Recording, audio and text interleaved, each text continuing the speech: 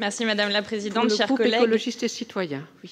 Merci. Je souhaite avant tout remercier, comme l'année passée, l'ensemble des agents et des agentes qui ont travaillé à la production de ce budget et à la notice qui vous a été partagée.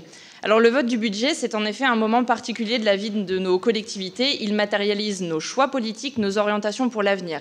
Et on peut se demander qui a loupé la convergence de la gauche quand on sait que les deux groupes de la majorité sont composites, divers, qu'ils n'ont pas les mêmes parcours politiques et pourtant travaillent, écoutent, font sortir de leur posture, parviennent à cette convergence. Je tiens donc à remercier et à saluer les collègues du groupe Une Eurométropole des proximités. Mais passons. L'avenir dont nous parlons, il apparaît malheureusement comme étant de plus en plus incertain. Depuis le début de la guerre en Ukraine, ce qui était impossible hier devient aujourd'hui indispensable. En atteste l'intervention notamment de M. Amier sur la question du rôle des entreprises françaises dans la crise actuelle. L'ensemble des classes politiques françaises semble se réveiller et appelle à réduire la consommation, notamment d'énergie fossile. Le mot est lâché, sobriété. Si cela fait des années que les écologistes au sens large, les scientifiques le répètent, malgré les moqueries, les insultes, les diffamations et les procès d'intention, que des jeunes qui sont notre avenir, celui de la France, de l'Europe, du monde, comme aujourd'hui se mobilisent dans des marches pour le climat, si nous, écologistes et citoyens, interpellons l'ensemble de la société, notamment ces dernières semaines, ce n'est ni par supériorité morale, ni par plaisir de vous embêter ou de vous punir. Au contraire, la seule punition de ces 50 dernières années, c'est l'inaction climatique. Cette inaction, elle nous punit avec des énergies chères, des factures hors de prix pour les habitants et pour les habitantes, pour les entreprises.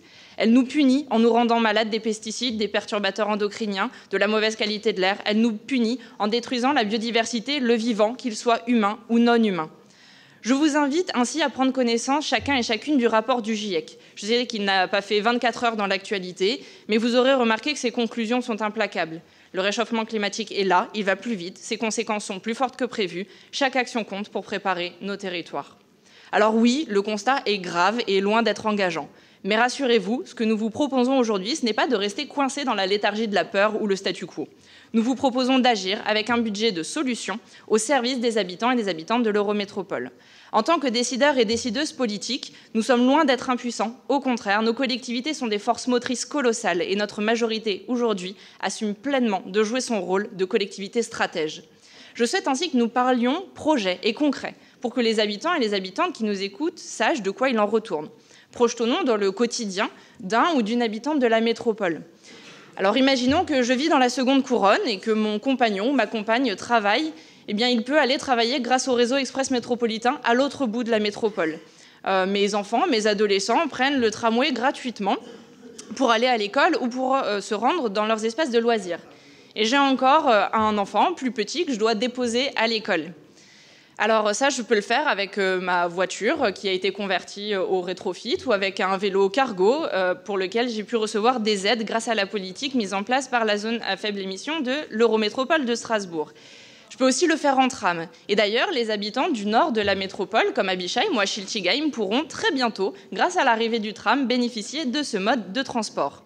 Ma voiture individuelle me coûte entre 500 et 600 euros par mois, environ 6 000 euros par an. Et la gratuité des transports en commun pour les moins de 18 ans et le fait de pouvoir me passer de ma voiture, eh bien, c'est un vrai gain financier. Si j'habite dans la métropole, je sais que, où que j'habite, je vais réduire ma facture énergétique grâce à la rénovation thermique de ma copropriété ou encore bénéficier d'un réseau de chaleur avec des énergies renouvelables pour maîtriser ma facture et évidemment l'impact sur l'environnement. Même si mon budget est modeste, je vais pouvoir m'installer grâce à la construction de logements sociaux dans une politique d'habitat volontariste et grâce à de nouveaux dispositifs d'accession à la propriété qui baissent le coût d'achat. Ces logements, ce sont aussi des logements d'une plus grande qualité. Je sais qu'ils n'auront pas besoin d'être rénovés trop vite. C'est un gain pour moi comme pour la collectivité. Et je viens évidemment chercher du travail dans la métropole de Strasbourg, car la collectivité a fait le choix d'investir massivement en lien avec ses sociétés satellites. Le premier agent de Strasbourg, vice-président de la métropole en charge des finances, parlait de 3,4 milliards d'euros de manière élargie au soutien à l'emploi local pendant le Covid et encore après. Ainsi, du transport à la qualité de vie résidentielle, je sais que tout est mis en œuvre dans la métropole de Strasbourg pour bien vivre. Et forcément, j'ai envie de venir y travailler.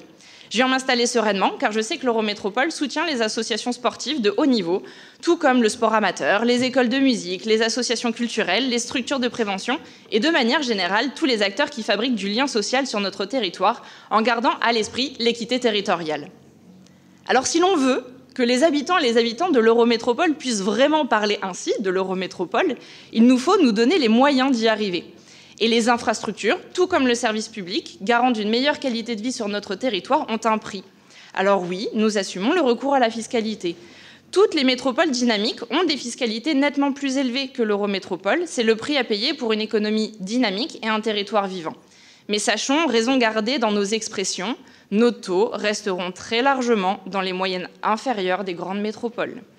J'aimerais rappeler à toute fin utile que la main invisible du marché, c'est une vue de l'esprit. Il n'y a pas de développement économique sans infrastructures publiques. Tout comme il n'y a pas de santé sans hôpitaux, qu'il n'y a pas d'éducation sans école, qu'il n'y a pas de savoir sans université, qu'il n'y a pas de société et de destin collectif sans service public. Et c'est bien ce destin collectif, sobre, acceptable, durable, tout simplement viable, que nous vous proposons de construire ensemble grâce à ce deuxième budget écologiste et social de ce mandat. Je vous remercie.